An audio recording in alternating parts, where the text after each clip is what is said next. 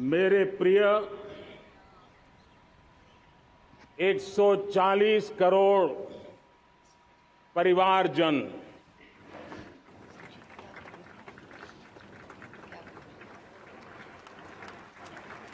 दुनिया का सबसे बड़ा लोकतंत्र और अब बहुत लोगों का अभिप्राय है कि जनसंख्या की दृष्टि से भी हम विश्व में नंबर 1 पर है। इतना बड़ा विशाल देश, 140 करोड़ देश कि मेरे भाई बहन, मेरे परिवारजन आज आजादी का पर्व मना रहे हैं। मैं देश के कोटि कोटि जनों को, देश और दुनिया में भारत को प्यार करने वाले, भारत का सम्मान करने वाले, भारत का गौरव करने वाले कोटि कोटि जनों को आजादी के इस महान पवित्र पर्व की अनेक अनेक शुभकामनाएं देता हूं। मेरे प्यारे परिवारजन, पूज्य बापू के नेतृत्व में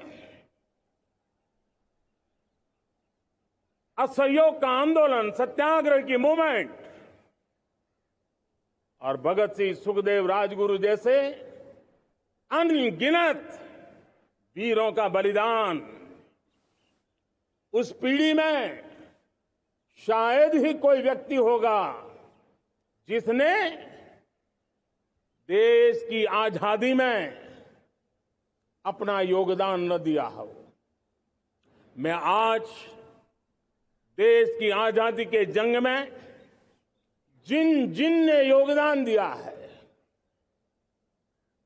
बलिदान दिए हैं, त्याग किया है, तपस्या की है, उन सबको आदरपूर्वक नमन करता हूं, उनका अभिनंदन करता हूं।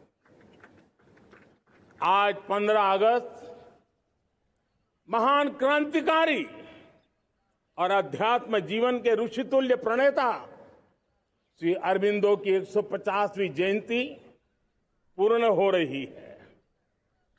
ये वर्ष स्वामी दयानंद सरस्वती के 150वीं जयंती का वर्ष है।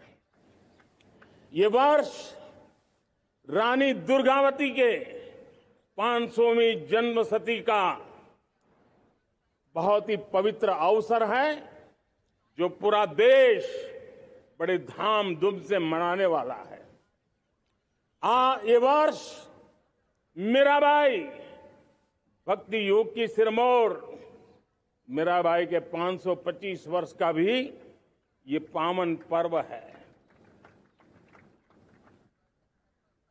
ये बार जो 26 जनवरी हम मनाएंगे वो हमारे गणतंत्र दिवस की 75वीं वर्षगांठ होगी।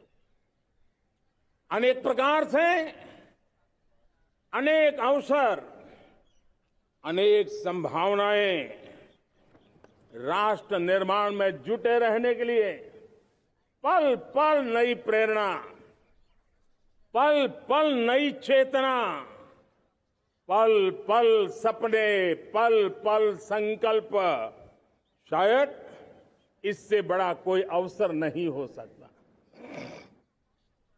मेरे प्यारे परिवारजन,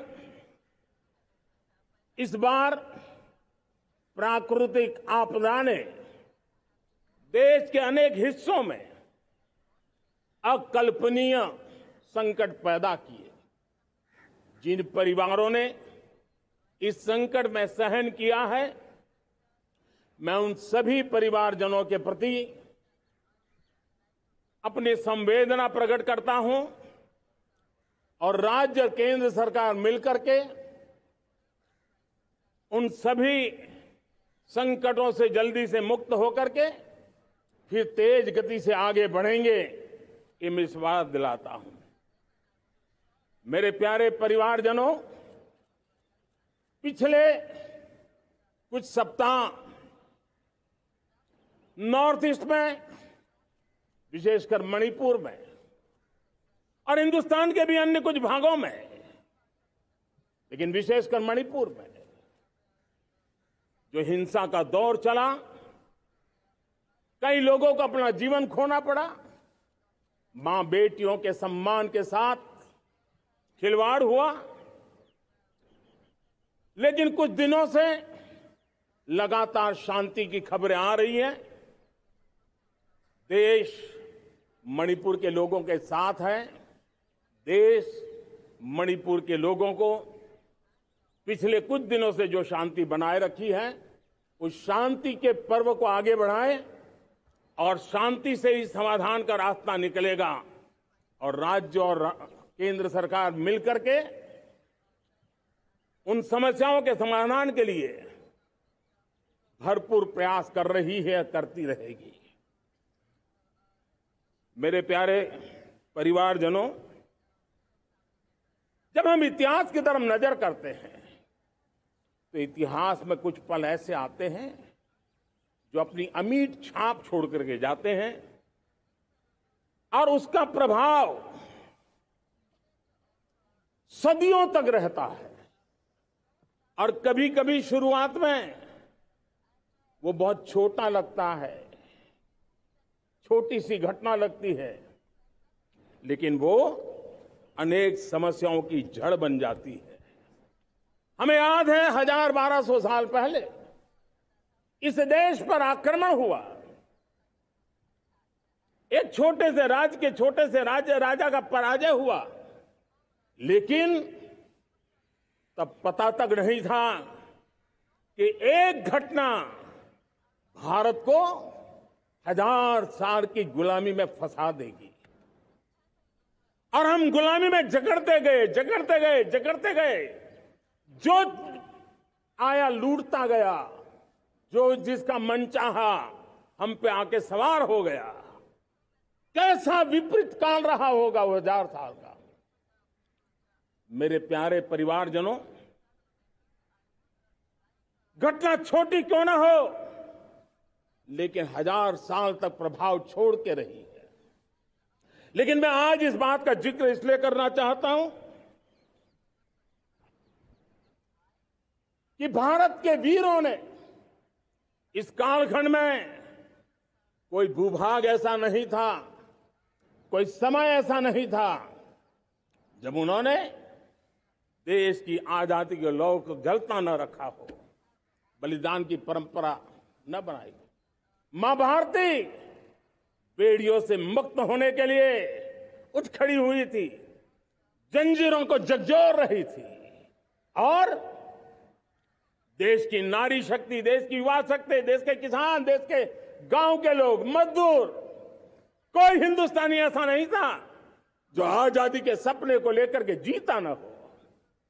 आजादी को पाने के लिए मर मिटने के लिए तैयार होने वालों की एक बड़ी फौज तैयार हो गई थी। जेलों में जवानी खपाने वाले अनेक महापुरुष हमारे देश की आजादी को, इन गुलामी की बेड़ियों को तोड़ने के लिए लगे हुए थे। मेरे प्यारे परिवारजनों,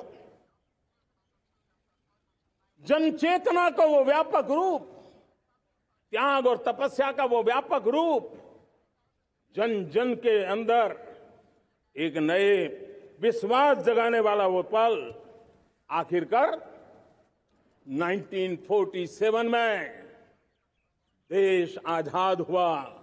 1000 साल की गुलामी में संजोए हुए सपने देशवासी पूरे करते हुए देखे। साथियों, मैं 1000 साल पहले की बात इसलिए कह रहा हूं, मैं देख रहा हूं फिर एक बार देश के सामने एक मौका आया है। इस ऐसे कालखंड में हम जी रहे हैं, ऐसे कालखंड में हमने प्रवेश किया है और ये हमारा सौभाग्य है कि भारत के ऐसे अमृत काल में, ये अमृत काल का पहला वर्ष है, या तो हम जवानी में जी रहे हैं या हम मां भारती की गोद में जन्म ले चुके हैं।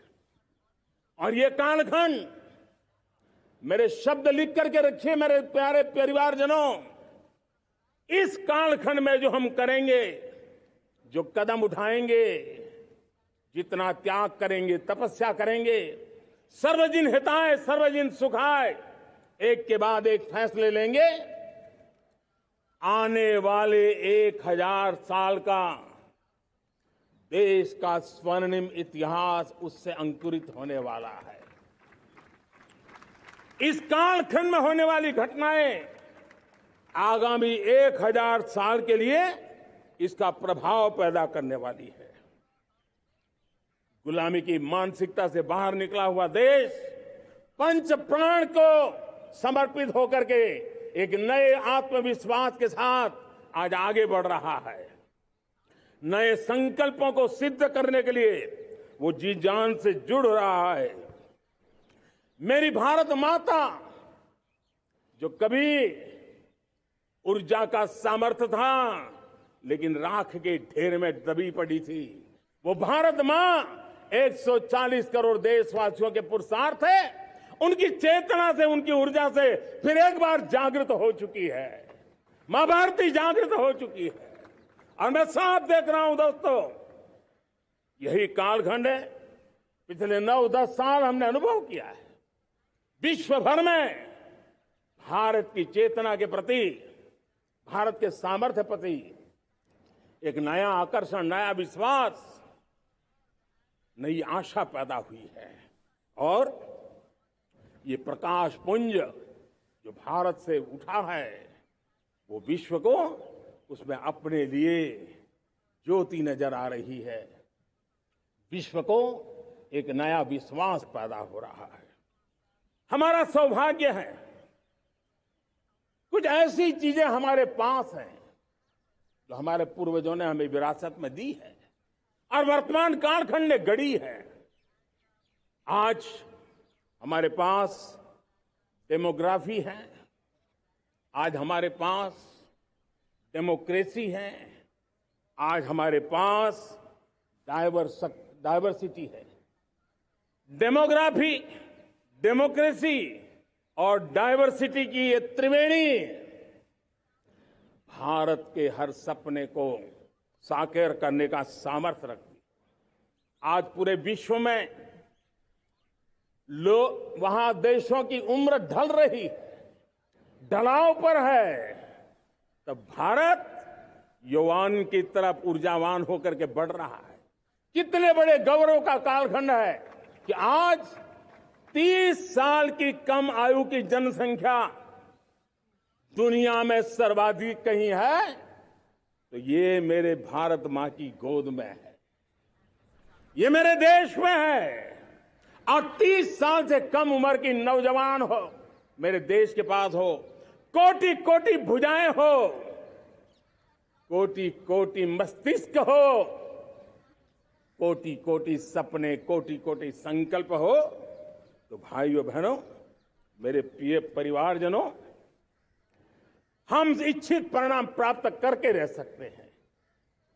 मेरे प्यारे परिवारजनों, देश का भाग्य ऐसी घटनाएं बदल देती है, यह सामर्थ्य देश के भाग्य को बदल देता है।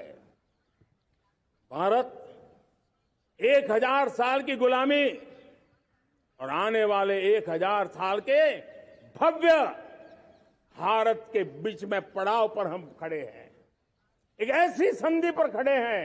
और इसलिए अब हमें न रुकना है, न दुविधा में जीना है। मेरे प्यारे प्रिय परिवारजनों, हमें खोई हुई उस विरासत का गर्व करते हुए, खोई हुई समृद्धि को प्राप्त करते हुए, हमें फिर एक बार, और ये बात मान के चले, हम जो भी करेंगे, हम जो भी कदम उठाएंगे, हम जो भी फैसला लेंगे, वो अगले 1000 साल तक अपनी दिशा निर्धारित करने वाला है, भारत के भाग्य को लिखने वाला है। मैं आज मेरे देश के नौजवानों को, मेरे देश की बेटे बेटियों को ये जरूर कहना चाहूंगा, जो सौभाग्य आज मेरे युवाओं को मिला है, ऐसा सौभाग्य शायद ही किसी के नसीब होता है जो आपके नसीब हुआ है। और इसलिए हमें ये गंवाना नहीं है। युवा शक्ति पर मेरा भरोसा है, युवा शक्ति में सामर्थ्य है, और हमारी नीतियां, हमारी रीतियां भी उस युवा सामर्थ्य को और बल देने के लिए है। आज मेरे युवाओं ने दुनिया में पहले 3 स्टार्टअप इकोसिस्टम में भारत को स्थान दिला दिया है। विश्व के युवाओं को अचंभा हो रहा है भारत के इस सामर्थ्य को लेकर के, भारत की इस ताकत को देख करके। आज दुनिया टेक्नोलॉजी ड्रिवन है और आने वाला युग टेक्नोलॉजी से प्रभावित रहने वाला है, और तब टेक्नोलॉजी में भारत की जो टैलेंट है उसकी एक नई भूमिका रहने वाली है। साथियों, मैं पिछले दिनों G20 समिट में बाली गया था, और बाली में दुनिया के समृद्ध देश, दुनिया के विकसित देश भी, उनके मुखिया मुझे भारत की डिजिटल इंडिया की सफलता के लिए बारीकियों से जानने के लिए इच्छुक थे। हर कोई इसका सवाल पूछता था, और जब मैं उनको कहता था कि भारत ने जो कमाल किया है ना, वो दिल्ली, मुंबई, चेन्नई तक सीमित नहीं है। भारत ने जो कमाल कर रहा है, मेरे टियर 2, टियर 3 सिटी के युवा भी आज मेरे देश का भाग्य गढ़ रहे हैं। छोटे छोटे स्थान के मेरे नौजवान, और मैं आज बड़े विश्वास से कहता हूं, देश का ये जो सामर्थ्य नया नजर आ रहा है, और इसलिए मैं कहता हूं, हमारे छोटे शहर आकार और आबादी में छोटे हो सकते हैं। ये हमारे छोटे छोटे शहर, हमारे कस्बे आकार और आबादी में छोटे हो सकते हैं, लेकिन आशा और आकांक्षा, प्रयास और प्रभाव वो किसी से कम नहीं है। वो सामर्थ्य उनके अंदर है। नए ऐप्स, नए सॉल्यूशन, टेक्नोलॉजी डिवाइस। अब खेलों की दुनिया देखिए, कौन बच्चे हैं? झुग्गी झोंपड़ी से निकले हुए बच्चे आज खेलों की दुनिया में पराक्रम दिखा रहे हैं। छोटे छोटे गांव के, छोटे छोटे कस्बे के नौजवान, हमारी बेटे बेटियां आज कमाल दिखा रही है। अब देखिए, मेरे देश की 100 जितनी स्कूल ऐसी हैं जहां के बच्चे सैटेलाइट बना करके सैटेलाइट छोड़ने की तैयारियां कर रही है। आज हजारों टिंकरिंग लैब नए वैज्ञानिकों का गर्भाधान कर रही है। आज हजारों टिंकरिंग लैब लाखों बच्चों को साइंस और टेक्नोलॉजी की राह पर आगे बढ़ने के लिए प्रेरणा दे रही है। मैं मेरे देश के नौजवानों को कहना चाहता हूं, अवसरों की कमी नहीं है। आप जितने अवसर चाहेंगे, ये देश आसमान से भी ज्यादा अवसर आपने देने का सामर्थ्य रखता है। मैं आज लाल किले की प्राचीर से मेरे देश की माताओं, बहनों, मेरे देश की बेटियों को हृदय से अभिनंदन करना चाहता हूं। देश आज जब पहुंचा है, अब विशेष शक्ति जुड़ रही है मेरी माताओं बहनों के सामर्थ्य की। आज देश प्रगति की राह पर चल पड़ा है, तो मैं मेरे किसान भाई बहनों का भी अभिनंदन करना चाहता हूं। ये आप ही का पुरुषार्थ है, ये आप ही का परिश्रम है कि देश आज कृषि क्षेत्र में आगे बढ़ रहा है। मैं मेरे मजदूरों का, मेरे श्रमिकों का, मेरे प्रिय परिवारजन, ऐसे कोटि कोटि श्रमिकों को आज मैं नमन करता हूं, उनका अभिनंदन कर रहा हूं। देश आज जो आधुनिकता की ओर बढ़ रहा है, विश्व की तुलना करने वाले सामर्थ्य के साथ नजर आ रहा है, उसके पीछे मेरे देश के मजदूरों का, मेरे देश के श्रमिकों का बहुत बड़ा योगदान है। आज समय कहता है कि लाल किले की प्राचीर से मैं उनका अभिनंदन करूं, उनका अभिवादन करूं, और ये मेरे परिवारजन 140 करोड़ देशवासी, मेरे इन श्रमिकों का, रेहड़ी पटरी वालों का, फूल सब्जी बेचने वालों का हम सम्मान करते हैं। मेरे देश को आगे बढ़ाने में, मेरे देश को प्रगति की नई ऊंचाई पर ले जाने में प्रोफेशनल्स की बहुत बड़ी भूमिका है, बढ़ती रही है। चाहे साइंटिस्ट हो, चाहे इंजीनियर्स हो, डॉक्टर्स हो, नर्सेज हो, शिक्षक हो, आचार्य हो, यूनिवर्सिटीज हो, गुरुकुल हो, हर कोई मां भारती का भविष्य उज्जवल बनाने के लिए अपनी पूरी ताकत से लगा हुआ है। मेरे प्यारे परिवारजनों, राष्ट्रीय चेतना वो एक ऐसा शब्द है जो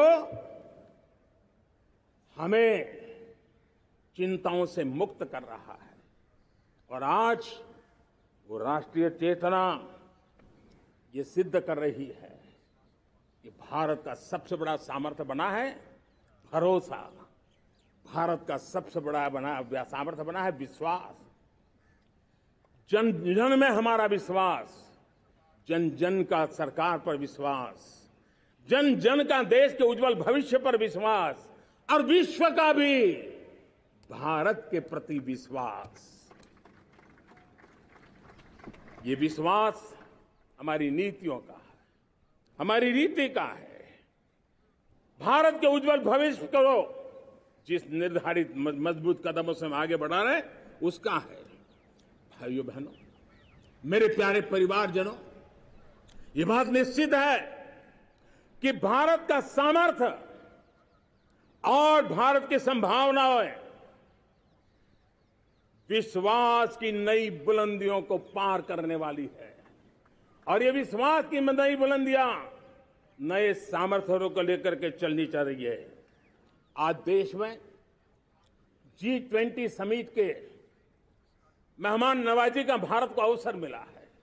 अब पिछले एक साल से हिंदुस्तान के हर कोने में जिस प्रकार से G20 के अनेक ऐसे आयोजन हुए, अनेक कार्यक्रम हुए हैं, उसने देश के सामान्य मानवीय के सामर्थ्य को विश्व को परिचित करा दिया है, भारत की विविधता का परिचय कराया है, भारत की डायवर्सिटी को दुनिया अचंभे से देख रही है, और उसके कारण भारत के तरफ आकर्षण बढ़ा है।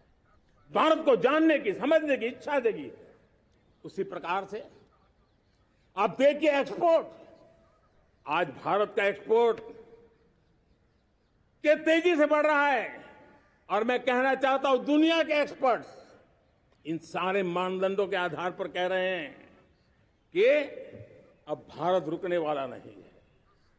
दुनिया की कोई भी रेटिंग एजेंसी होगी, वो भारत का गौरव कर रही है। कोरोना काल के बाद दुनिया एक नए सिरे से सोचने लगी, और मैं विश्वास से देख रहा हूं कि जिस प्रकार से द्वितीय महायुद्ध के बाद, द्वितीय विश्व युद्ध के बाद दुनिया ने एक नया वर्ल्ड ऑर्डर आकार लिया था, मैं साफ साफ देख रहा हूं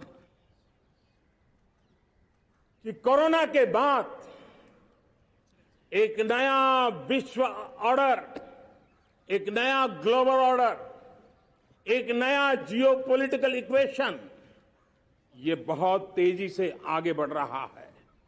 जियोपॉलिटिकल इक्वेशन की सारे व्याख्याएं बदल रही है, परिभाषाएं बदल रही है, और मेरे प्यारे परिवारजनों, आप गौरव करेंगे। बदलते हुए विश्व को शेप देने में आज मेरे 140 करोड़ देशवासियों, आपका सामर्थ्य नजर आ रहा है। आप निर्णायक मोड़ पर खड़े हैं, और कोरोना काल में भारत ने जिस प्रकार से देश को आगे बढ़ाया, दुनिया ने हमारे सामर्थ्य को देखा है। जब दुनिया की सप्लाई चेन तहस नहस हो गई थी, बड़ी बड़ी अर्थव्यवस्थाओं पर दबाव था, उस समय भी हमने कहा था हमें विश्व का विकास देखना है तो मानव केंद्रीय होना चाहिए, मानवीय संवेदनाओं से भरा हुआ होना चाहिए, और तब जाकर के समस्याओं का सही समाधान निकालेंगे। और कोविड ने हमें सिखाया है या हमें मजबूर किया है, लेकिन मानवीय संवेदनाओं को छोड़ करके हम विश्व का कल्याण नहीं कर सकते। आज भारत ग्लोबल साउथ की आवाज बन रहा है। भारत की समृद्ध विरासत आज दुनिया के लिए एक अवसर बन रहा है। Global economy, global supply chain, इसमें भारत की हिस्सेदारी,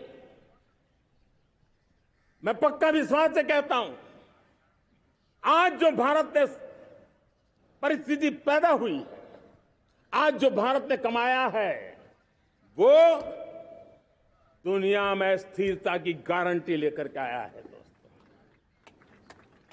अब न हमारे मन में, न 140 करोड़ मेरे परिवारजनों के मन में, और न ही दुनिया के मन में कोई इफ्स है, कोई बट्स है।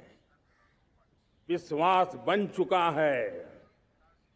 मेरे प्यारे देशवासियों, अब गेंद हमारे पाले में है। हमें अवसर जाने नहीं देना चाहिए, हमें मौका छोड़ना नहीं चाहिए। भारत में मैं मेरे देशवासियों का इसलिए भी अभिनंदन करता हूं कि मेरे देशवासियों में एक नीर-क्षीर विवेक का सामर्थ्य है, समस्याओं की जड़ों को समझने का सामर्थ्य है। और इसलिए 2014 में मेरे देशवासियों ने 30 साल के अनुभव के बाद तय किया कि देश को आगे ले जाना है तो स्थिर सरकार चाहिए, मजबूत सरकार चाहिए, पूर्ण बहुमत वाली सरकार चाहिए। और देशवासियों ने एक मजबूत और स्थिर सरकार बनाई। और 3 दशकों के जो अनिश्चितता का कालखंड था, जो अस्थिरता का कालखंड था, जो राजनीतिक मजबूरियों से देश जकड़ा हुआ था, उससे मुक्ति मिली। मेरे प्यारे परिवारजनों, देश के पास आज एक ऐसी सरकार है, वो सर्वजन हिताय सर्वजन सुखाय, देश के संतुलित विकास के लिए समय का पल पल और जनता की पाई पाई, जनता की भलाई के लिए लगा रही है। और मेरी सरकार, मेरे देशवासियों का मन एक बात से जुड़ा हुआ है। हमारे हर निर्णय, हमारे हर दिशा, उसका एक ही मानदंड है, नेशन फर्स्ट, राष्ट्र प्रथम। और राष्ट्र प्रथम यही दूरगामी परिणाम, सकारात्मक परिणाम पैदा करने वाला है। देश में बड़े स्तर पर काम हो रहा है। और लेकिन मैं कहना चाहूंगा, 2014 में आपने एक मजबूत सरकार बनाई, और मैं कहता हूं 2014 में और 2019 में आपने एक सरकार फॉर्म की, तो मोदी में रिफॉर्म करने की हिम्मत आई। आपने ऐसी सरकार फॉर्म की कि मोदी को रिफॉर्म की हिम्मत आई। और जब मोदी ने एक के बाद एक रिफॉर्म किए, तो मेरे ब्यूरोक्रेसी के लोग, मेरे लाखों हाथ पैर जो हिंदुस्तान के कोने कोने में सरकार के हिस्से के रूप में काम कर रहे हैं, उन्होंने ब्यूरोक्रेसी ने ट्रांसफॉर्म करने के लिए, परफॉर्म करने की जिम्मेवारी बखूबी निभाई। और उन्होंने परफॉर्म करके दिखाया, और जनता जनार्दन जुड़ गई, तो वो ट्रांसफॉर्म होता भी नजर आ रहा है। और इसलिए रिफॉर्म, परफॉर्म, ट्रांसफॉर्म, ये कालखंड अब भारत के भविष्य को गढ़ रहा है। और हमारी सोच देश की उस ताकतों को बढ़ावा देने पर है जो आने वाले 1000 साल की नींव को मजबूत करने वाले हैं। दुनिया को युवा शक्ति की जरूरत है, युवा स्किल की जरूरत है। हमने अलग स्किल मिनिस्ट्री बनाई, वो भारत की आवश्यकताओं को तो पूरी करेगी, वो दुनिया की आवश्यकताओं को पूरी करने का भी सामर्थ्य रखेगी। हमने जल शक्ति मंत्रालय बनाया। मंत्रालय की बनाने की रचना को भी अगर वो एनालिसिस करेगा ना, तो इस सरकार के मन मस्तिष्क को बड़े अच्छे ढंग से आप समझ पाएंगे। हमने जल शक्ति मंत्रालय बनाया। ये जल शक्ति मंत्रालय हमारे देश के एक एक देशवासियों को पीने का शुद्ध पानी पहुंचे, पर्यावरण की रक्षा के लिए पानी के प्रति संवेदनशील व्यवस्थाएं विकसित हो, उस पर हम बल रहे हैं। हमारे देश में कोरोना के बाद दुनिया देख रही है होलिस्टिक हेल्थ केयर, ये समय की मांग है। हमने अलग आयुष मंत्रालय बनाया और योग और आयुष आज दुनिया में अपना परचम लहरा रहे हैं। हमने दुनिया को हमारे कमिटमेंट के कारण विश्व का हमारे प्रति ध्यान गया है। अगर हम ही हमारे इस सामर्थ्य को नकार देंगे तो फिर दुनिया कैसे स्वीकार करेगी। लेकिन जब मंत्रालय बना तो दुनिया को भी उसका मूल्य समझ में आया। मत्स्य पालन, हमारा इतना बड़ा समुद्री तट, हमारे कोटि कोटि मछुआरे भाई बहन, उनका कल्याण भी हमारे दिलों में है। और इसलिए हमने अलग से मत्स्य पालन को लेकर के, पशुपालन को लेकर के, डेयरी को लेकर के अलग मंत्रालय की रचना की, ताकि समाज के जिस वर्ग के लोग पीछे रह गए उनको हम साथ लें। देश में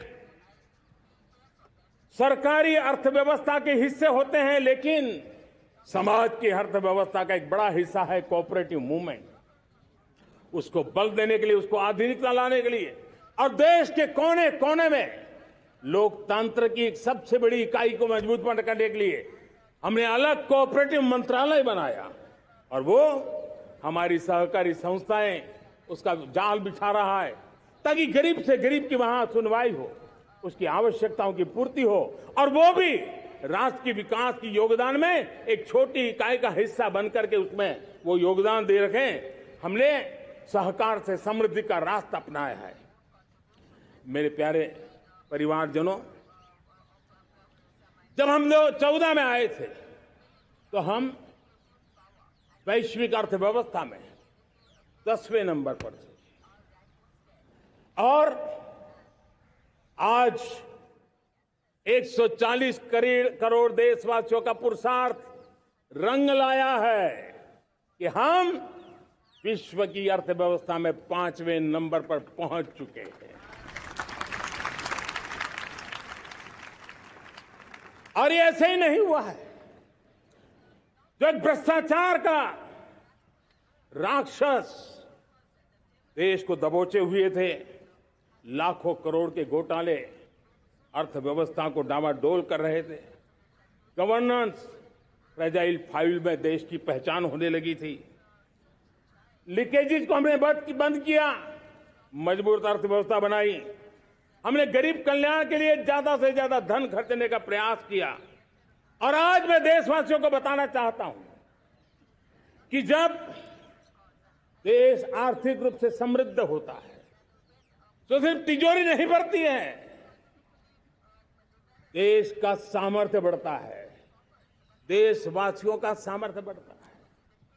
और तिजोरी का पाई पाई अगर ईमानदारी से जनता जनार्दन के लिए खर्च करने का संकल्प लेने वाली सरकार हो तो परिणाम के साथ है। मैं 10 साल का हिसाब तिरंगे की साक्षी में लाल किले की प्राचीर से मेरे देशवासियों को दे रहा हूं। आंकड़े देख करके आपको लगेगा इतना बड़ा बदलाव, इतना बड़ा सामर्थ्य। 10 साल पहले राज्यों को 30 लाख करोड़ रुपए भारत सरकार की तरफ से जाते थे। पिछले 9 साल में यह आंकड़ा 100 लाख करोड़ पर पहुंचा है। पहले स्थानीय निकाय के विकास के लिए भारत सरकार के खजाने से 70,000 करोड़ रुपया जाता था, आज वो 3 लाख करोड़ से भी ज्यादा जा रहा है। पहले गरीबों के घर बनाने के लिए 90,000 करोड़ रुपया खर्च होता था। आज वो 4 गुना होकर के 4 लाख करोड़ से भी ज्यादा खर्च गरीबों के घर बनाने के लिए हो रहा है।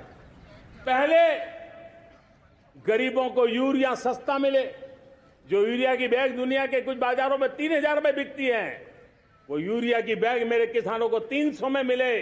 और इसलिए देश की सरकार 10 लाख करोड़ रुपया मेरे किसानों की यूरिया में सब्सिडी दे रहा है। मुद्रा योजना 20 लाख करोड़ रुपए, उससे भी ज्यादा मेरे देश के नौजवानों को स्वरोजगार के लिए, अपने व्यवसाय के लिए, अपने कारोबार के लिए दिए हैं। 8 करोड़ लोगों ने नया कारोबार शुरू किया है। और 8 करोड़ लोगों ने कारोबार शुरू किया है ऐसा नहीं, हर कारोबारी ने एक या दो लोगों को रोजगार दिया है। 8 से 10 करोड़ नए लोगों को रोजगार देने का सामर्थ्य ये मुद्रा योजना से लाभ लेने वाले 8 करोड़ नागरिकों को करा है। एमएसएमईज को करीब 3.5 लाख करोड़ रुपए की मदद से कोरोना के संकट में भी उनको डूबने नहीं दिया, मरने नहीं दिया, उनको एक ताकत दी है। 1 रैंक 1 पेंशन मेरे देश के सेना के जवानों का एक सम्मान का विषय था। 70,000 करोड़ रुपया भारत की तिजोरी से आज पहुंचा है, मेरे निवृत्त सेना के नायकों के जेब में, उनके परिवार में पहुंचा है। सभी कैटेगरी में, मैंने तो कुछ ही गिनाए, मैं ज्यादा समय लेना नहीं चाहता। हर कैटेगरी में पहले की तुलना में अनेक गुना धन देश के विकास के लिए, कोने कोने में रोजगार पैदा करने के लिए, पाई पाई का उपयोग भारत का भाग्य बदलने के लिए हो, और इसलिए हमने काम किया है। और मेरे प्यारे प्रियजनों, इतना ही नहीं, हमने इन सारे प्रयासों का परिणाम है कि आज 5 साल के मेरे कार्यकाल में, 5 साल के कार्यकाल में, 5 साल में 13.5 करोड़ मेरे गरीब भाई बहन गरीबी की जंजीरों को तोड़ करके न्यू मिडिल क्लास के रूप में बाहर आए हैं। जीवन का इससे बड़ा कोई संतोष नहीं होता। मेरे प्यारे प्रिय परिवारजनों, और जब 13.5 करोड़ लोग गरीबी की इस मुसीबतों से बाहर निकलते हैं, तो कैसी कैसी योजनाएं उनको मदद दी है। उनको आवास योजना का लाभ मिलना, पीएम स्वनिधि से 50,000 करोड़ रुपया रेहड़ी पटरी वालों तक पहुंचाया है। आने वाले दिनों में, आने वाली विश्वकर्मा जयंती पर एक कार्यक्रम हम लागू करेंगे। इस विश्वकर्मा जयंती पर हम करीब 13-15 हजार करोड़ रुपया से, जो परंपरागत कौशल्य से रहने वाले लोग, जो औजार से और अपने हाथ से काम करने वाला वर्ग है, ज्यादातर ओबीसी समुदाय से, हमारे सुथार हो, हमारे सोनार हो, हमारे राजमिस्त्री हो, हमारे कपड़े धोने वाले काम करने वाले लोग हो, हमारे बाल काटने वाले भाई बहन परिवार हो, ऐसे लोगों को एक नई ताकत देने के लिए हम आने वाले महीने में विश्वकर्मा जयंती पर विश्वकर्मा योजना लॉन्च करेंगे और करीब 13-15 हजार करोड़ से उसका प्रारंभ करेंगे। हमने पीएम किसान सम्मान निधि में 2.5 लाख करोड़ रुपया सीधा मेरे देश के किसानों के खाते में जमा किया है। हमने जल जीवन मिशन, हर घर में शुद्ध पानी पहुंचे, 2 लाख करोड़ रुपया खर्च किया है। हमने आयुष्मान भारत योजना, ताकि गरीब को बीमारी के कारण अस्पताल जाने से जो मुसीबत होती थी उसको मुक्ति दिलाना, उसको दवाई मिले, उसका उपचार हो, ऑपरेशन हो, अच्छे से अच्छी हॉस्पिटल में हो। आयुष्मान भारत योजना के तहत 70,000 करोड़ रुपए हमने लगाए हैं। पशुधन, देश ने कोरोना वैक्सीन की बात तो देश को याद है, 40,000 करोड़ रुपए लगाए, वो तो याद है। लेकिन आपको जानकर के खुशी होगी, हमने पशुधन को बचाने के लिए करीब करीब 15,000 करोड़ रुपया पशुधन के टीकाकरण के लिए लगाया है। मेरे प्यारे देशवासियों, मेरे प्यारे परिवारजनों, जन औषधि केंद्रों ने देश के सीनियर सिटीजन्स को, देश के मध्यम वर्गीय परिवार को एक नई ताकत दी है। जिस संयुक्त परिवार में अगर किसी को एक डायबिटीज जैसा हो जाए, 2-3 हजार रुपया दवाई का बिल स्वाभाविक हो जाता है। हमने जन औषधि केंद्र से जो दवाई बाजार में 100 रुपए में मिलती है, वो 10 रुपया, 15 रुपया, 20 रुपए में दी। और आज देश में 1,000 जन औषधि केंद्रों से मेरे इन बीमारी में जिनको दवाई की जरूरत थी, ऐसे लोगों के करीब 20,000 करोड़ रुपया उनके जेब में बचा है। और ये ज्यादातर मध्यम वर्ग के परिवार के लोग हैं। लेकिन आज उसकी सफलता को देखते हुए मैं देशवासियों को कहना चाहता हूं, जैसे हम एक विश्वकर्मा योजना लेकर के समाज के उस वर्ग को छूने वाले हैं, अब देश में 10,000 जन औषधि केंद्र से हम 25,000 जन औषधि केंद्र का लक्ष्य लेकर के आने वाले दिनों में काम करने वाले हैं। मेरे प्यारे परिवारजनों, जब देश में गरीबी कम होती है तो देश की मध्यम वर्ग की ताकत बहुत बढ़ती है। और अगर दुनिया में, और मैं आपको विश्वास दिलाता हूं, आने वाले 5 साल में मोदी का गारंटी है, देश पहले 3 वैश्विक इकोनॉमी में अपना जगह ले लेगा। ये पक्का जगह ले लेगा। आज जो 13.5 करोड़ गरीबी से बाहर आए हुए लोग हैं, वो एक प्रकार से मध्यम वर्ग की ताकत बन जाते हैं। जब गरीब की खरीद शक्ति बढ़ती है तो मध्यम वर्ग की व्यापार शक्ति बढ़ती है। जब गांव की खरीद शक्ति बढ़ती है तब कस्बे और शहर की आर्थिक व्यवस्था और तेज गति से दौड़ती है। और यही इंटरकनेक्टेड हमारा अर्थचक्र होता है। हम उसको बल लेकर के आगे चलना चाहते हैं। मेरे प्यारे परिवारजनों, शहर के अंदर जो कमजोर लोग रहते हैं, बिना घर को मुसीबत रहती है, मध्यम वर्ग के परिवार अपना खुद का घर का सपना देख रहे हैं, हम उसके लिए भी आने वाले कुछ सालों के लिए एक योजना लेकर के आ रहे हैं। और जिसमें ऐसे मेरे परिवारजन जो शहरों में अपना घर, शहरों में रहते हैं लेकिन किराए के मकान पे रहते हैं, झुग्गी झोपड़ी में रहते हैं, चाल में रहते हैं, अनऑथोराइज कॉलोनीज में रहते हैं, ऐसे मेरे परिवारजन अगर अपना मकान बनाना चाहते हैं तो बैंक से जो लोन मिलेगा उसके ब्याज के अंदर राहत देकर के लाखों रुपयों की मदद करने का हमने निर्णय किया है। मेरे मध्यम वर्ग के परिवार को जब 2 लाख से 7 लाख इनकम टैक्स की सीमा बढ़ जाती है तो सबसे बड़ा लाभ सैलरी क्लास को होता है, मेरे मध्यम वर्ग को होता है। इंटरनेट का डेटा बहुत महंगा था 2014 के पहले, आज दुनिया का सबसे सस्ता इंटरनेट का डेटा का खर्चा हो रहा है। हर परिवार के पैसे बच रहे हैं। मेरे प्यारे परिवारजनों, विश्व कोरोना के बाद अभी तक उभर नहीं पाया है। युद्ध ने फिर एक नई मुसीबत पैदा की है।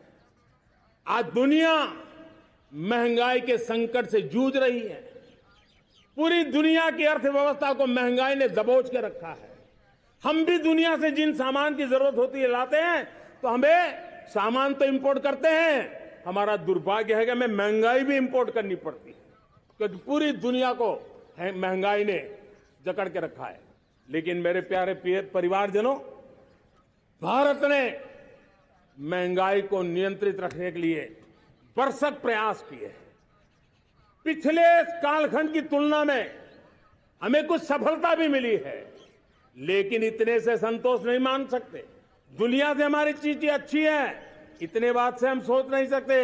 मुझे तो मेरे देशवासियों को महंगाई की बोझ कम से कम हो, इस दिशा में और भी कदम उठाने हैं और हम उस कदम को उठा के रहेंगे। मेरा प्रयास निरंतर जारी रहेगा। मेरे प्यारे परिवारजनों, आज देश अनेक क्षमताओं को लेकर के आगे बढ़ रहा है। देश आधुनिकता की तरफ आगे बढ़ने के लिए काम कर रहा है। आज देश रिन्यूएबल एनर्जी पे काम कर रहा है। आज देश ग्रीन हाइड्रोजन पे काम कर रहा है। देश की स्पेस पे क्षमता बढ़ रही है, तो देश की डीप सी मिशन में भी सफलता के साथ आगे चल रहा है। देश में रेल आधुनिक हो रही है, तो वंदे भारत बुलेट ट्रेन भी आज देश के अंदर काम कर रही है। गांव-गांव पक्की सड़कें बन रही है, तो इलेक्ट्रिक बसें, मेट्रो की रचना भी आज देश में हो रहे हैं। आज गांव-गांव तक इंटरनेट पहुंच रहा है, तो क्वांटम कंप्यूटर के लिए भी देश तय कर रहता है। नैनो यूरिया, नैनो डीएपी, उस पर काम हो रहा है, तो दूसरी तरफ जैविक खेती पर भी हम बल दे रहे हैं। आज किसान उत्पादक संघ एफपीओ का निर्माण हो रहा है, तो हम सेमीकंडक्टर का भी निर्माण करने के लिए चाह रहे हैं। हम दिव्यांगजनों के लिए एक सुगम भारत के निर्माण के लिए काम करते हैं, तो हम पैरालंपिक में भी हिंदुस्तान का तिरंगा झंडा गाड़ने के लिए मेरे दिव्यांगजनों को सामर्थ्यवान बना रहे हैं। हम खिलाड़ियों को स्पेशल ट्रेनिंग दे रहे हैं।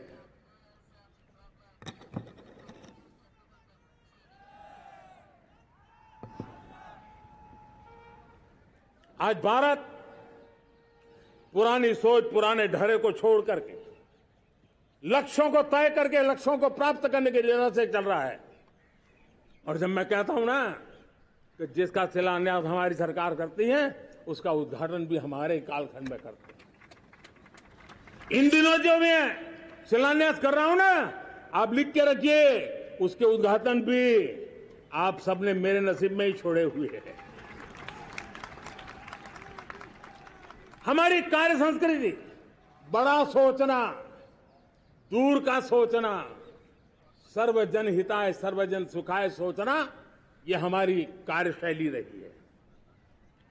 और सोच से भी ज्यादा, संकल्प से भी ज्यादा हासिल कैसे करना, इस ऊर्जा के साथ हम काम करते हैं। हमने आजादी के काल अमृत महोत्सव में 75,000 अमृत सरोवर बनाने का संकल्प किया था। उस समय हमने हर जिले में 75 अमृत सरोवर बनाना संकल्प किया था। करीब 50-55 हजार अमृत सरोवर की कल्पना की थी, लेकिन आज करीब 75,000 अमृत सरोवर का काम निर्माण हो रहा है। ये अपने आप में बहुत बड़ा काम हो रहा है। जनशक्ति और जल शक्ति की ताकत भारत के पर्यावरण की रक्षा में भी काम आने वाली है। 18,000 गांवों तक बिजली पहुंचाना, जनधन बैंक खाते खोलना, बेटियों के लिए शौचालय बनाना, सारे टारगेट समय के पहले पूरी शक्ति से पूरे करेगा। और जब भारत ठान लेता है तो उसे पूरा करके रहता है। ये हमारा ट्रैक रिकॉर्ड कहता है। 200 करोड़ वैक्सीनेशन का काम, दुनिया हमें जब पूछती है 200 करोड़ सुनती है, उनकी आंखें फट जाती है। इतना बड़ा काम ये मेरे देश के आंगनवाड़ी वर्कर, हमारी आशा वर्कर, हमारी हेल्थ वर्कर, उन्होंने करके दिखाया। यह मेरे देश का सामर्थ्य है। 5G को रोल आउट किया, दुनिया में सबसे तेज गति से 5G रोल आउट करने वाला मेरा देश है। 700 से अधिक जिलों तक हम पहुंच चुके हैं और अब 6G की भी तैयारी कर रहे हैं। हमने टास्क फोर्स बना दिया है। रिन्यूएबल एनर्जी, हम टारगेट से पहले चले हैं। हमने रिन्यूएबल एनर्जी 2030 का जो टारगेट तय किया था, 21-22 में इसको पूरा कर दिया। हमने इथेनॉल में 20% ब्लेंडिंग की बात कही थी, वो भी हमने समय से 5 साल पहले पूरा कर दिया। हमने $500 बिलियन के एक्सपोर्ट की बात की थी, वो भी समय के पहले $500 बिलियन से ज्यादा कर दिया। हमने तय किया, जो हमारे देश में 25 साल से चर्चा हो रही थी कि देश में नई संसद बने, पार्लियामेंट का कोई सत्र ऐसा नहीं था नई संसद के। ये मोदी है, समय के पहले नई संसद बना करके रख दिया। मेरे प्यारे भाई बहनों, ये काम करने वाली सरकार है, निर्धारित लक्ष्यों को पार करने वाली सरकार है। ये नया भारत है, ये आत्मविश्वास से भरा हुआ भारत है। ये संकल्पों को चरितार्थ करने के लिए जी जान से जुटा हुआ भारत है। और इसलिए ये भारत न रुकता है, ये भारत न थकता है, ये भारत न हाँफता है और न ही ये भारत हारता है। और इसलिए मेरे प्यारे परिवारजनों, आर्थिक शक्ति बढ़ी है तो हमारी सामरिक शक्ति को भी एक नई ताकत मिली है। हमारी सीमाएं पहले से अधिक सुरक्षित हुई है और मेरे सीमा पर बैठे हुए मेरे जवान जो देश की सीमाओं की रक्षा कर रहे हैं और मेरे देश की आंतरिक सुरक्षा के संभालने वाले यूनिफॉर्म फोर्सेज, मैं आजादी के इस पावन पर्व पर उनको भी अनेक अनेक बधाई देते हुए मेरी बात को आगे बढ़ाता हूं। सेना का अधिकरण हो, हमारी सेना युवा बने, हमारी सेना बैटल के लिए रेडी, युद्ध योग्य बने, इसलिए निरंतर रिफॉर्म का काम आज हमारी सेना में हो रहा है। मेरे प्यारे परिवारजनों, आए दिन हम लोग सुना करते थे, यहां बम धमाका हुआ, वहां बम धमाका हुआ, हर जगह पे लिखा हुआ रहता था कि इस बैग को मत छूना, अनाउंसमेंट होते रहते थे। आज देश सुरक्षा की अनुभूति कर रहा है और जब सुरक्षा होती है, शांति होती है, तो प्रगति के नए अरमान हम पूरे कर सकते हैं। उसको लिए सीरियल बम धमाके का जमाना बीती हुई बात हो गई है। निर्दोषों के जो मौत होते थे वो बीते हुए कल की बात हो गई है। आज देश में आतंकी हमलों में भारी कमी आई है। नक्सल प्रभावित क्षेत्रों में भी बहुत बड़ा बदलाव आया है, बहुत बड़ा परिवर्तन का एक वातावरण बना है। मेरे प्यारे परिवारजनों, प्रगति के हर चीज में, लेकिन जब 2047 हम एक विकसित भारत का सपना लेकर के चल रहे हैं तब, और वो सपना नहीं, 140 करोड़ देशवासियों का संकल्प है और उस संकल्प को सिद्ध करने के लिए परिश्रम की पराकाष्ठा भी है। और उसकी सबसे बड़ी ताकत होती है वो राष्ट्रीय चरित्र होता है। दुनिया में जिन जिन देशों ने प्रगति की है, दुनिया में जो जो देश संकटों से वो पार करके निकले हैं, उसमें हर चीज के साथ साथ एक महत्वपूर्ण कैटलिक एजेंट रहा है, वो राष्ट्रीय चरित्र रहा है। और हमें राष्ट्रीय चरित्र के लिए और बल देते हुए हमें आगे बढ़ना होगा।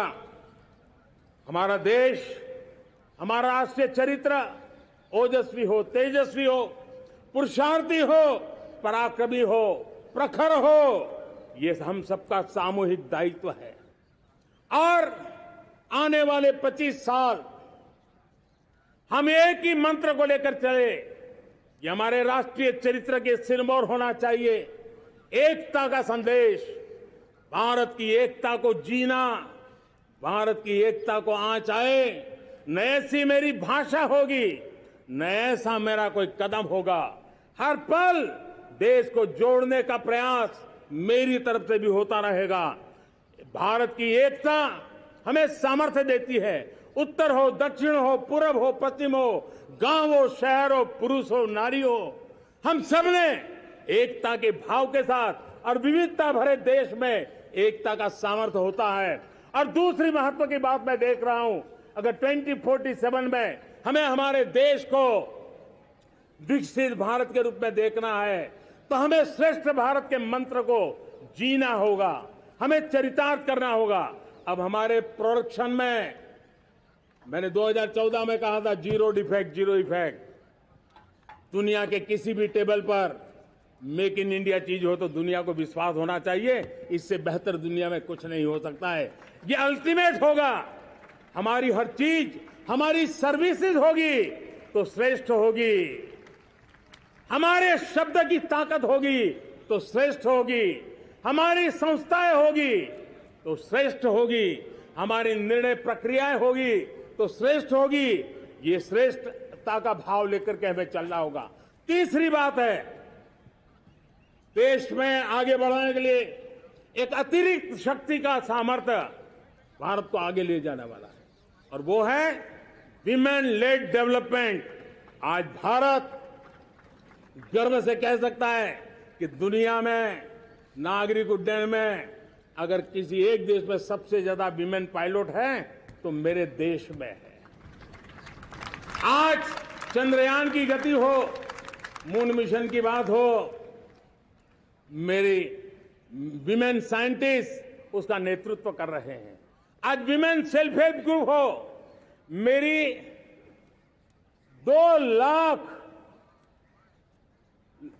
2 करोड़ लखपति दीदी का लक्ष्य लेकर के आज विमेन सेल्फ हेल्प ग्रुप पे हम काम कर रहे हैं।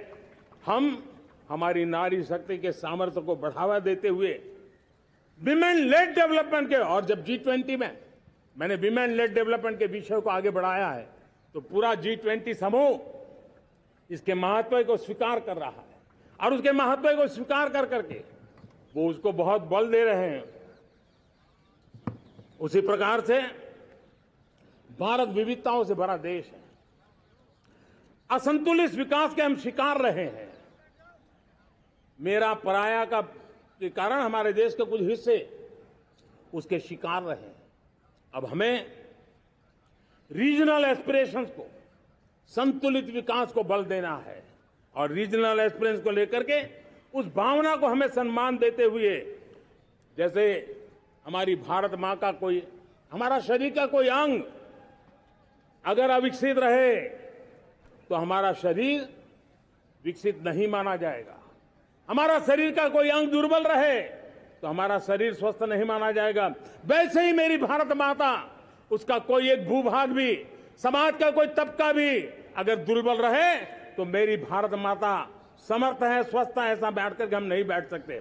और इसलिए रीजनल एस्पिरेशंस को हमने एड्रेस करने की आवश्यकता है और इसलिए हम समाज का सर्वांगीण विकास हो, सर्वस्पर्शी विकास हो, भूभाग के हर क्षेत्र को उसकी अपनी ताकत को खिलने का अवसर मिले, उस दिशा में आगे बढ़ना चाहते हैं। मेरे प्यारे परिवारजनों, भारत एक मदर ऑफ डेमोक्रेसी है। भारत मॉडल ऑफ डायवर्सिटी भी है। भाषाएं अनेक हैं, बोलियां अनेक हैं, परिधान अनेक हैं, विविधताएं बहुत है। हमने उन सारे लोगों को आधार पर आगे बढ़ना है। मेरे प्यारे परिवारजनों, देश के जब मैं एकता की बात करता हूं तब अगर घटना मणिपुर में होती है तो पीड़ा महाराष्ट्र में होती है, अगर बाढ़ आसाम में आती है तो बेचैन केरला हो जाता है।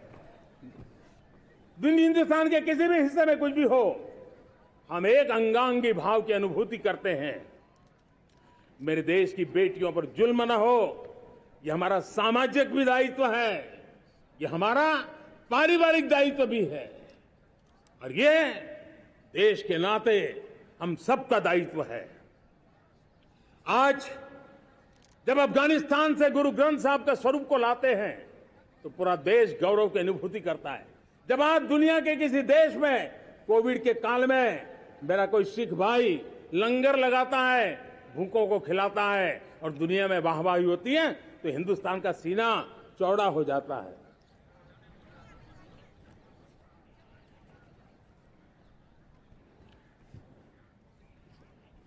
मेरे प्यारे परिवारजनों, हमारे लिए जब नारी सम्मान की बात करते हैं, मुझे अभी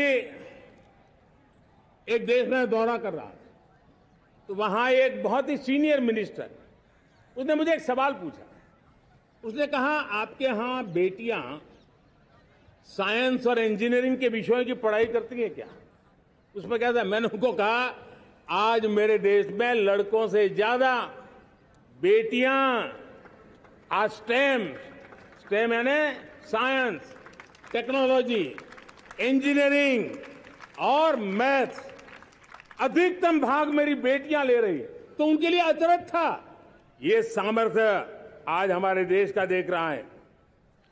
मेरे प्यारे परिवारजनों, आज 10 करोड़ महिलाएं विमेन सेल्फ हेल्प में जुड़ी हुई है।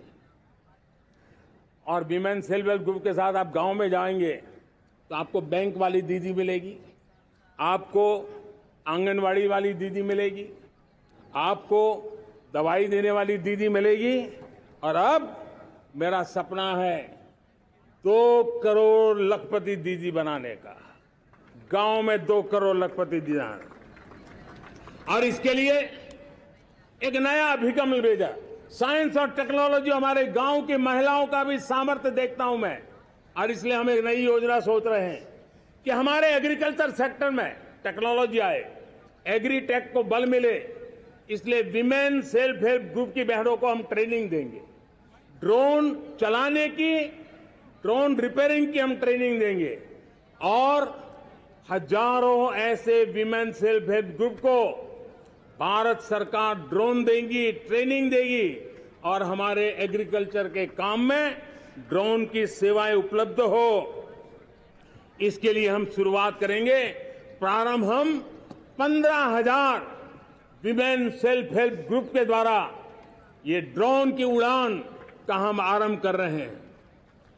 मुझे विश्वास है कि इसके कारण हमारे परिवारजनों का,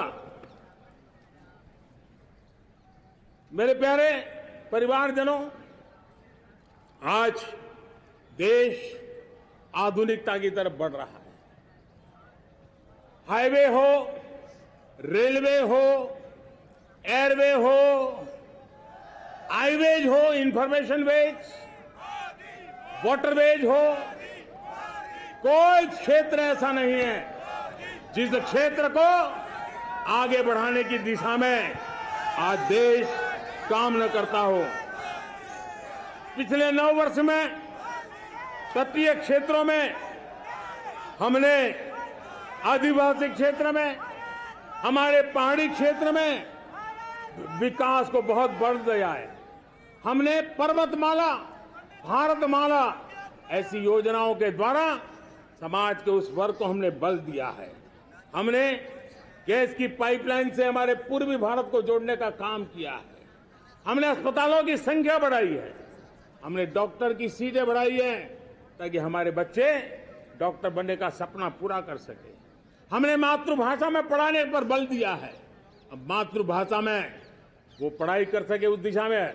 और मैं भारत के सुप्रीम कोर्ट का भी धन्यवाद करता हूं कि भारत की सुप्रीम कोर्ट ने कहा है कि आप जो जजमेंट देंगे उसका जो ऑपरेटिव पार्ट होगा वो जो अदालत में आया है उसकी भाषा में उसको उपलब्ध होगा। मातृभाषा का महात्म्य आज बढ़ रहा है। मेरे प्यारे भाई परिवारजनों, आज तक हमारे देश के जो बॉर्डर विलेज हैं, हमने वाइब्रेंट बॉर्डर विलेज का एक कार्यक्रम शुरू किया है। और वाइब्रेंट बॉर्डर विलेज, अब तक इसके लिए कहा जाता था देश के आखिरी गांव। हमने उस पूरी सोच को बदला है, वो देश का आखिरी गांव नहीं है। सीमा पर जो नजर आ रहा है वो मेरे देश का पहला गांव है। अगर सूरज उगता है पूरब में तो उस तरफ के गांव में पहली सूरज की किरण आती है। अगर सूरज ढलता है तो इस तरफ के गांव में आखिरी किरण उसका लाभ मिलता है। ये मेरे पहले गांव है और मुझे खुशी है कि आज मेरे इस कार्यक्रम के विशेष मेहमान, ये जो पहले गांव है, सीमावर्ती गांव है, उसके 600 प्रधान आज इस लाल किले की प्राचीर के इस महत्वपूर्ण कार्यक्रम का हिस्सा बनने के लिए आए। पहली बार वो इतनी दूर तक आए हैं, नए संकल्प और सामर्थ्य के साथ जुड़ने के लिए आया है। मेरे प्यारे परिवारजनों, हमने संतुलित विकास के लिए एस्पिरेशनल डिस्ट्रिक्ट, एस्पिरेशनल ब्लॉक की कल्पना की और आज उसके सुखद परिणाम मिल रहे हैं। आज राज्य के जो नॉर्मल पैरामीटर्स हैं, जो एस्पिरेशनल डिस्ट्रिक्ट कभी बहुत पीछे थे, वो आज राज्य में भी अच्छा करने लग गए हैं। और मुझे विश्वास है कि आने वाले दिनों में ये हमारे आकांक्षी जिले, हमारे आकांक्षी बॉल अवश्य आगे बढ़ेंगे। जैसे मैंने कहा था, भारत का चरित्र की चर्चा कर रहा था, तो मैंने पहला कहा था भारत की एकता, दूसरा कहा था भारत श्रेष्ठता की तरफ बल दें, तीसरा कहा था विमेन लेड डेवलपमेंट की मैंने बात कही थी, और मैं आज एक बात और कहना चाहता हूं कि हम जैसे रीजनल एस्पिरेशन, मैंने चौथी बात कही थी, पांचवी महत्व की बात, और भारत ने उस दिशा में जाओ, और वो है हमारा राष्ट्रीय चरित्र विश्व मंगल के लिए सोचने वाला होना चाहिए। हमें देश को इतना मजबूत बनाना है जो विश्व मंगल के लिए भी अपनी भूमिका अदा करे। और आज कोरोना के बाद मैं देख रहा हूं जिस प्रकार से संकट की घड़ी में देश ने दुनिया की मदद की, उसका परिणाम है कि आज दुनिया में हमारा देश एक विश्व मित्र के रूप में, विश्व का अटूट साथी के रूप में आज मेरे देश की पहचान बनी है। हमें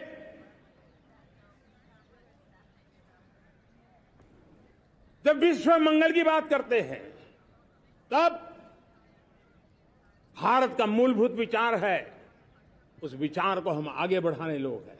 और मुझे खुशी है कि आज अमेरिकी संसद के भी कई चुने हुए गणमान्य प्रतिनिधि भी आज हमारे 15 अगस्त के इस अवसर में हमारे बीच में मौजूद है। भारत की सोच कैसी है, हम विश्व मंगल की बात को कैसे आगे बढ़ाते हैं। अब देखिए, हम जब सोचते हैं तो क्या कहते हैं, हमने दुनिया के सामने ये दर्शन रखा है और दुनिया उस दर्शन को लेकर के हमारे साथ जुड़ रही है। हमने कहा one sun, one world, one grid. Renewable energy के क्षेत्र में एक बहुत बड़ा हमारा स्टेटमेंट है, आज दुनिया उसको स्वीकार कर रही है। कोविड के बाद हमने दुनिया को कहा हमारा अप्रोच होना चाहिए वन अर्थ, वन हेल्थ। समस्याओं का समाधान तभी होगा जब मानव को, पशु को, पौधे को बीमारी के संबंध में समान रूप से एड्रेस किया जाएगा, तब जाकर के हम करेंगे। हमने G20 समिट के लिए दुनिया के सामने कहा है one world, one family, one future. इस सोच को लेकर के चल रहे हैं। हमने क्लाइमेट को लेकर के दुनिया जो संकट से जूझ रही है, हमने रास्ता दिखाया है, लाइफ मिशन लॉन्च किया है, लाइफस्टाइल फॉर एनवायरमेंट। हमने दुनिया के सामने इंटरनेशनल सोलर अलायंस बनाया और आज दुनिया के कई देश इंटरनेशनल सोलर अलायंस का हिस्सा बन रहे हैं। हमने बायोडायवर्सिटी का महत्व देखते हुए बिग कैट अलायंस की व्यवस्था को हमने आगे बढ़ाया है। हमने प्राकृतिक आपदा के कारण, ग्लोबल वार्मिंग के कारण इंफ्रास्ट्रक्चर का जो नुकसान होता है, उसके लिए दूरगामी व्यवस्थाओं की जरूरत है और इसलिए coalition for disaster resilient infrastructure CDRI एक समाधान के रूप में दुनिया को दिया है। विश्व आज समुद्रों को संघर्ष का केंद्र बना रहा है, तब हमने दुनिया को सागर का प्लेटफॉर्म दिया है जो वैश्विक समुद्री शांति की गारंटी बन सकता है। हमने पारंपरिक चिकित्सा पद्धतियों को बल देते हुए WHO का एक ग्लोबल लेवल का सेंटर हिंदुस्तान में बनाने की दिशा में काम किया है। हमने योग और आयुष के द्वारा विश्व कल्याण और विश्व के स्वस्थता की दिशा में काम किया है और आज भारत विश्व मंगल की मजबूत नींव डाल रहा है। इस मजबूत नींव को आगे बढ़ाना हम सबका काम है, हम सबकी जिम्मेवारी है। मेरे प्यारे परिवारजनों, सपने अनेक है, संकल्प साफ है, नीतियां स्पष्ट है, नियत के सामने कोई सवाल या निशान नहीं है, लेकिन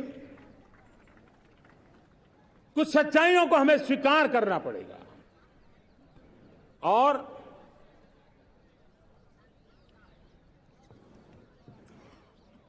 उसके समाधान के लिए मेरे प्रिय परिवारजनों, मैं आज लाल किले से आपकी मदद मांगने आया हूं। मैं लाल किले से आपके आशीर्वाद मांगने आया हूं, क्योंकि पिछले सालों मैंने देश को जो समझा है, देश की आवश्यकताओं को जो मैंने परखा है और अनुभव के आधार पर मैं कह रहा हूं कि आज गंभीरतापूर्वक उन चीजों को हमें लेना होगा। आजादी के अमृतकाल में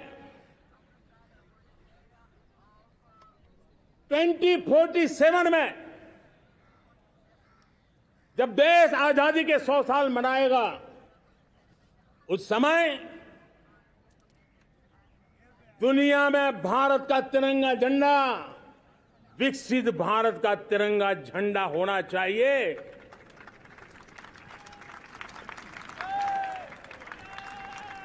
रत्ती भर भी हमें रुकना नहीं है, पीछे नहीं हटना है। और इसके लिए शुचिता, पारदर्शिता और निष्पक्षता, ये पहली मजबूती की जरूरत है। हमें उस मजबूती को जितना ज्यादा खाद पानी दे सकते हैं, संस्थाओं के माध्यम से दे सकते हैं, नागरिक के नाते दे सकते हैं, परिवार के नाते दे सकते हैं, ये हमारा सामूहिक दायित्व होना चाहिए। और इसलिए पिछले 75 साल का इतिहास देखिए, भारत के सामर्थ्य में कोई कमी नहीं थी। अरे जो देश कभी सोना की चिड़िया कहा जाता था, वो देश क्यों न फिर से उस सामर्थ्य को लेकर के खड़ा हो सकता है। मेरा अटूट विश्वास है साथियों, मेरे प्रिय परिवारजनों, मेरा अखंड अटूट एक निष्ठ विश्वास है कि 2047 में जब देश आजादी के 100 साल मनाएगा, मेरा देश विकसित भारत बन के रहेगा। और ये मैं मेरे देश के सामर्थ्य के आधार पर कह रहा हूं, मेरे उपलब्ध संसाधनों के आधार पर कह रहा हूं, और सबसे ज्यादा 30 से कम आयु वाली मेरी युवा शक्ति के भरोसे कह रहा हूं, मेरी माताओं बहनों के सामर्थ्य के भरोसे कह रहा हूं। लेकिन उसके सामने अगर कोई रुकावट है, कुछ विकृतियां पिछले 75 साल में ऐसे घर कर गई है, हमारी समाज व्यवस्था का ऐसा हिस्सा बन गई है कि कभी कभी तो हम आंख भी बंद कर देते हैं। अब आंख बंद करने का समय नहीं है। अगर सपनों को सिद्ध करना है, संकल्प को पार करना है, तो हमें ये आंख मिचौली बंद करके, आंख में आंख मिला करके 3 बुराइयों से लड़ना बहुत समय की मांग है। हमारे देश की सारी समस्याओं की जड़ में भ्रष्टाचार ने दिमक की तरह देश की सारी व्यवस्थाओं को, देश के सामर्थ्य को पूरी तरह नोच लिया है। भ्रष्टाचार से मुक्ति, भ्रष्टाचार के खिलाफ जंग हर इकाई में, हर क्षेत्र में। और मैं देशवासियों, मेरे प्रिय परिवारजनों, ये मोदी के जीवन का कमिटमेंट है, ये मेरे व्यक्तित्व का एक कमिटमेंट है कि मैं भ्रष्टाचार के खिलाफ लड़ाई लड़ता रहूंगा। दूसरा, हमारे देश को नोच लिया है परिवारवाद ने। इस परिवारवाद ने देश को जिस प्रकार से जकड़ के रखा है, उसने देश के लोगों का हक छीना है। और तीसरी बुराई तुष्टीकरण की है। ये तुष्टीकरण में भी देश के मूलभूत चिंतन को, देश के सर्व समावेशक हमारे राष्ट्रीय चरित्र को दाग लगा दिए हैं, तहस नहस कर दिया है इन लोगों ने। और इसलिए मेरे प्यारे देशवासियों, इसलिए मेरे प्यारे परिवारजनों, हमें इन 3 बुराइयों के खिलाफ पूरे सामर्थ्य के साथ लड़ना है। भ्रष्टाचार, परिवारवाद, तुष्टीकरण, ये चुनौतियां हमारे, ये ऐसी चीजें पनपी है जो हमारे देश के लोगों का जो आकांक्षा है उसका दमन करती है। हमारे देश के कुछ लोगों के पास जो छोटा मोटा सामर्थ्य है उसका शोषण करती है। ये ऐसी चीजें हैं जो हमारे लोगों की आशा आकांक्षाओं को सवाल या निशान में गाड़ देती है। हमारे गरीब हो, हमारे दलित हो, हमारे पिछड़े हो, हमारे पसमानदा हो, हमारे आदिवासी भाई बहन हो, हमारी माताएं बहनें हो, हमने सबने उनके हकों के लिए इन 3 बुराइयों से मुक्ति पानी है। हमें भ्रष्टाचार के खिलाफ एक नफरत का माहौल बनाना है। जैसे गंदगी हमें नफरत पैदा करती है ना, मन में गंदगी पसंद नहीं है, ये सार्वजनिक जीवन की इससे बड़ी कोई गंदगी नहीं हो सकती। और इसलिए हमारे स्वच्छता अभियान को एक नया मोड़ ये भी देना है कि हमें भ्रष्टाचार से मुक्ति पानी है। सरकार टेक्नोलॉजी से भ्रष्टाचार की मुक्ति के लिए बहुत प्रयास कर रही है। आपको जानकर के हैरानी होगी, इस देश में पिछले 9 साल में एक काम मैंने ऐसे किया, आंकड़ा सुनोगे तो लोग कहेंगे मोदी ऐसा करता है, जैसे 10 करोड़ लोग करीब करीब जो गलत फायदा उठाते थे वो मैंने रोक दिया। तो आप में से कोई कहेगा आपने लोगों से अन्याय कर दिया। जी नहीं, ये 10 करोड़ कौन लोग थे? ये 10 करोड़ वो लोग थे जिनका जन्म ही नहीं हुआ था और उनके नाम पर उनके विडो हो जाते थे, वो वृद्ध हो जाते थे, वो दिव्यांग हो जाते थे, फायदे लिए जाते थे। 10 करोड़ ऐसे बेनामी जो चीजें चलती थी उसको रोकने का पवित्र काम, भ्रष्टाचारियों की संपत्ति जो हमने जब्त की है ना, वो पहले की तुलना में 20 गुना ज्यादा की है। मेरे प्यारे परिवारजनों, ये आपकी कमाई का पैसा लोग लेकर के भागे थे, 20 गुना ज्यादा संपत्ति को जब्त करने का। और इसलिए लोगों की मेरे प्रति नाराजगी होना बहुत स्वाभाविक है, लेकिन मुझे भ्रष्टाचार के खिलाफ की लड़ाई को आगे बढ़ाना है। हमारे सरकारी व्यवस्था ने पहले कैमरा के सामने तो कुछ हो जाता था, लेकिन बाद में चीजें अटक जाती थी। हमने पहले की तुलना में कई गुना ज्यादा अदालत में चार्जशीट की है और अब जमानतें भी नहीं मिलती हैं। वैसी पक्की व्यवस्था को लेकर के हम आगे बढ़ रहे हैं, क्योंकि हम ईमानदारी से भ्रष्टाचार के खिलाफ लड़ रहे हैं। आज परिवारवाद और तुष्टीकरण, इसने देश का बहुत बड़ा दुर्भाग्य किया है। अब लोकतंत्र में ये कैसे हो सकता है कि पॉलिटिकल पार्टी, और मैं विशेष बल दे रहा हूं पॉलिटिकल पार्टी, आज मेरे देश के लोकतंत्र में एक ऐसी विकृति आई है जो कभी भारत के लोकतंत्र को मजबूती नहीं दे सकती। और वो क्या है बीमारी? परिवारवादी पार्टियां। और उनका तो मंत्र क्या है? Party of the family, by the family and for the family. इनका तो जीवन मंत्र यही है कि उनकी पॉलिटिकल पार्टी, उनका राजनीतिक दल परिवार का, परिवार के द्वारा और परिवार के लिए, परिवारवाद और भाई भतीजावाद प्रतिभाओं के दुश्मन होते हैं, योग्यता को नकारते हैं, सामर्थ्य को स्वीकार नहीं करते हैं। और इसलिए परिवारवाद इस देश के लोकतंत्र की मजबूती के लिए उसकी मुक्ति जरूरी है। सर्वजन हिताय सर्वजन सुखाय, हर किसी को हक मिले इसलिए, और सामाजिक न्याय के लिए भी ये बहुत। उसी प्रकार से तुष्टीकरण ने सामाजिक न्याय का सबसे बड़ा नुकसान किया। अगर सामाजिक न्याय को तबाह किसने किया है तो ये तुष्टीकरण की सोच, तुष्टीकरण की राजनीति, तुष्टीकरण का सरकारी योजनाओं का तरीका, इसने सामाजिक न्याय को मौत के घाट उतार दिया है। और इसलिए हमें तुष्टीकरण, भ्रष्टाचार, ये विकास का सबसे बड़ा दुश्मन है।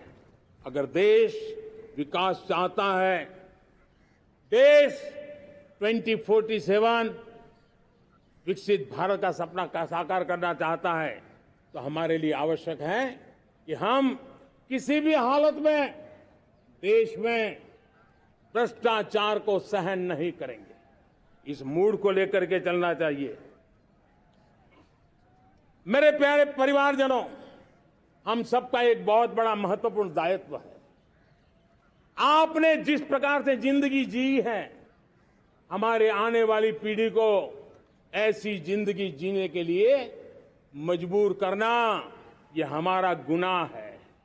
यह हमारा दायित्व है कि हमारे आने वाली पीढ़ी को हम ऐसा समृद्ध देश दें, ऐसा संतुलित देश दें, ऐसा सामाजिक न्याय की धरोहर वाला देश दें, ताकि छोटी छोटी चीजों को पाने के लिए उन्हें कभी भी संघर्ष न करना पड़े। हम सभी का कर्तव्य, हर नागरिक का कर्तव्य है, और ये अमृत काल कर्तव्य काल है। हम कर्तव्य से पीछे नहीं उठ सकते। हमें वो भारत बनाना है जो पूज्य बापू के सपनों का था। हमें वो भारत बनाना है जो हमारे स्वतंत्र सेनानियों का सपना था। हमें वो भारत बनाना है जो हमारे वीर शहीदों का था, हमारी वीरांगनाओं का था, जिन्होंने मातृभूमि के लिए अपना जीवन दे दिया था। मेरे प्यारे परिवारजनों, मैं जब 2014 में आपके पास आया था, तब 2014 में मैं परिवर्तन का वादा लेकर के आया था। 2014 में मैंने आपको वादा किया था, मैं परिवर्तन लाऊंगा, और 140 करोड़ मेरे परिवारजन, आपने मुझ पे भरोसा किया और मैंने विश्वास पूरा करने की कोशिश की। रिफॉर्म, परफॉर्म, ट्रांसफॉर्म, वो 5 साल जो वादा था वो विश्वास में बदल गया, क्योंकि मैंने परिवर्तन का वादा किया था। रिफॉर्म, परफॉर्म, ट्रांसफॉर्म के द्वारा मैंने इस वादे को विश्वास में बदल दिया। कठोर परिश्रम किया है, देश के लिए किया है, शान से किया है, सिर्फ और सिर्फ नेशन फर्स्ट, राष्ट्र सर्वोपरि, इस भाव से किया है।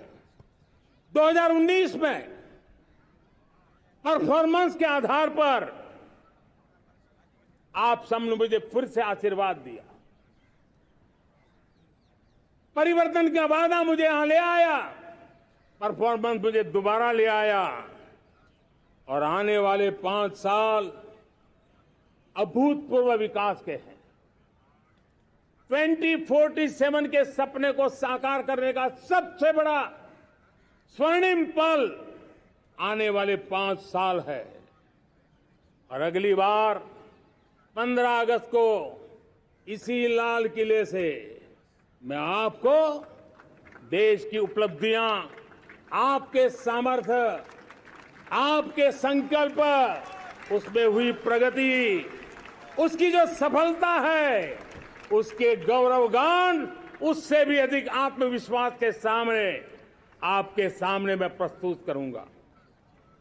मेरे प्यारे प्रियजनों, मेरे परिवारजनों, मैं आप में से आता हूं, मैं आपके बीच से निकला हूं, मैं आपके लिए जीता हूं। अगर मुझे सपना भी आता है तो आपके लिए आता है। अगर मैं पसीना भी बहाता हूं तो आपके लिए बहाता हूं, क्योंकि इसलिए नहीं कि आपने मुझे दायित्व दिया है, मैं इसलिए कर रहा हूं कि आप मेरे परिवारजन हैं, और आपके परिवार के सदस्य के नाते मैं आपके किसी दुख को देख नहीं सकता हूं, मैं आपके सपनों को चूर चूर होते नहीं देख सकता हूं, मैं आपके संकल्प को सिद्धि तक ले जाने के लिए आपका एक साथी बन करके, आपका एक सेवक बन करके, आपके साथ जुड़े रहने का, आपके साथ जीने का, आपके लिए जूझने का मैं संकल्प लेकर के चला हुआ इंसान हूं। और मुझे विश्वास है, हमारे पूर्वजों ने आजादी के लिए जो जंग लड़ा था, जो सपने देखे थे, वो सपने हमारे साथ है। आजादी के जंग में जिन्होंने बलिदान दिया था, उनके आशीर्वाद हमारे साथ है और 140 करोड़ देशवासियों को एक ऐसा अवसर आया है। ये अवसर हमारे लिए एक बहुत बड़ा संबल लेकर के आया है और इसलिए मेरे प्यारे प्रियजनों, आज जब मैं अमृतकाल में आपके साथ बात कर रहा हूं, ये अमृतकाल का पहला वर्ष है। ये अमृतकाल के पहले वर्ष पर जब मैं आपसे बात कर रहा हूं तो मैं आपको पूरे विश्वास से कहना चाहता हूं, चलता चलाता काल चक्र, चलता चलाता काल चक्र, अमृत काल का भाल चक्र, चलता चलाता काल चक्र, अमृत काल का भाल चक्र, सबके सपने, सबके सपने, अपने सपने, सबके सपने, अपने सपने, पनपे सपने सारे, सबके सपने, अपने सपने, पनपे सपने सारे,